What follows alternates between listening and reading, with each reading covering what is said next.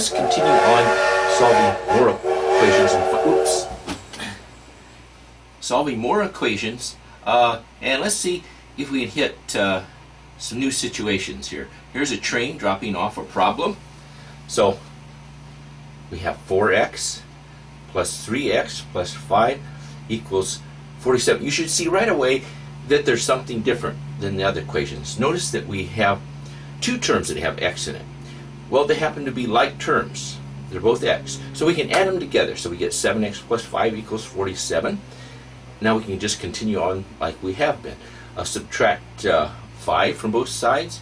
Then in this case, divide through by 7, and we'll get x equals 6. Ooh, I hear the train coming again.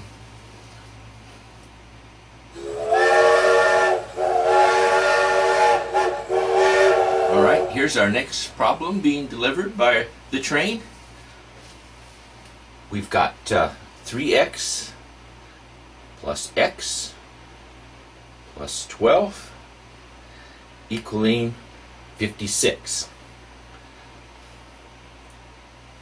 Again, we have like terms. The 3x and the x will add together and make 4x. So we get 4x plus 12 equaling 56. Subtract 12 from both sides. Then we'll get down to 4x, or 4x equals 44. Divide through by 4. And in the end we get here x equaling 44 over 4. And you can just divide 4 into 44 and you'll have 11 as your solution to that problem. Oop, more trains coming. Alright, let's see what we have this time. Oop, get up here. 8x minus 5x plus 20 equals 59. Again, we have x, two x terms. 8x minus 5x equals 3x. So we have 3x plus 20 equaling 59. Continue on like we have in the past. Subtract 20 from both sides. So we can get x on the left-hand side by itself. So we get 3x equals 39.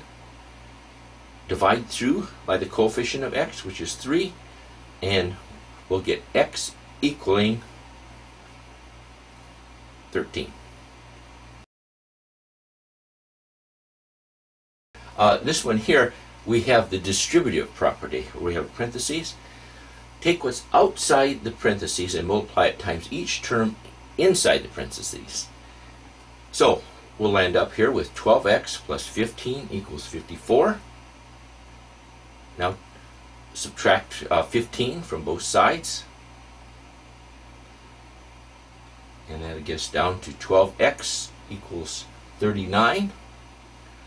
Take the coefficient of x, which is 12, divide that both sides. Now it doesn't work out to be even. The fraction doesn't work out evenly. So what I did is just change it into a decimal, 3.25. Changed it to a mixed number too. Alright, this one here, do the same sort of thing, except we got the 4 on the other end of the parentheses here. That doesn't matter. Take the 4 and multiply it times each term in the parentheses there, and we'll get 8x plus 28 equals 124. Subtract 28 from both sides. Get down to 8x equaling 96. Divide 8 into both sides. And then we'll get x equals something here. We're going a little bit slow here. We must be resting a little bit. X equals 12 is our answer. I think there's something funny going on here. I got a feeling I better duck again. Sounds like an airplane. Oh, there's our friend Direct. He's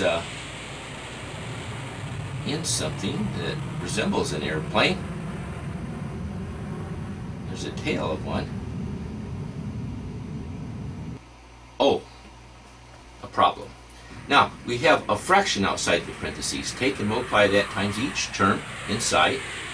So we'll get 2x minus 6 equaling 12. Now, we can go and add 6 to both sides.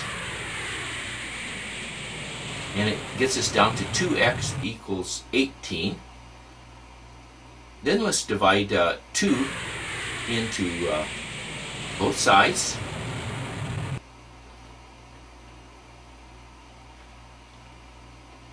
Leaving us with x equaling 9.